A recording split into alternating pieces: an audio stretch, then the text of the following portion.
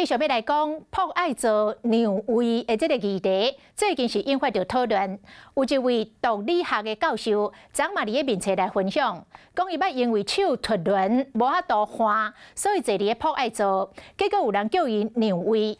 即卖真侪民众的看法，讲这个迫爱做应该是让互有需要的人，毋是特定的对象。卫福部长邱泰源讲，迫爱做一定会留落来，袂来废掉，是毋是要改名？会赶紧来研究出一个结果。骂什么骂？干什么事啊？你还敢这么好的人？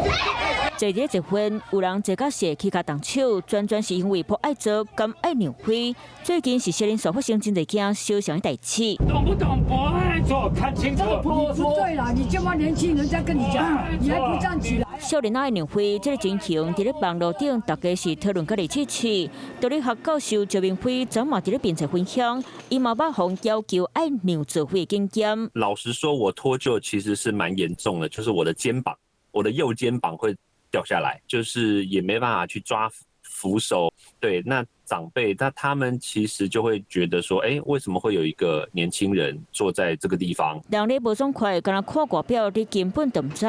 赵明辉讲，伊个捌拄过歹势情形，让座给孕妇。这对我们来说是天经地义的事情。凭外观来判断，那有一些比较丰腴的女生，我们可能有时候就会误判。为外表到年会到底上只需要做这个会，迫爱做对象含废掉争议，和政府嘛开始咧重视。最快的速度，要我们的业务单位、社家属赶快来研拟 priority 优先席的观念。最重要就是希望真的让能有需要的人。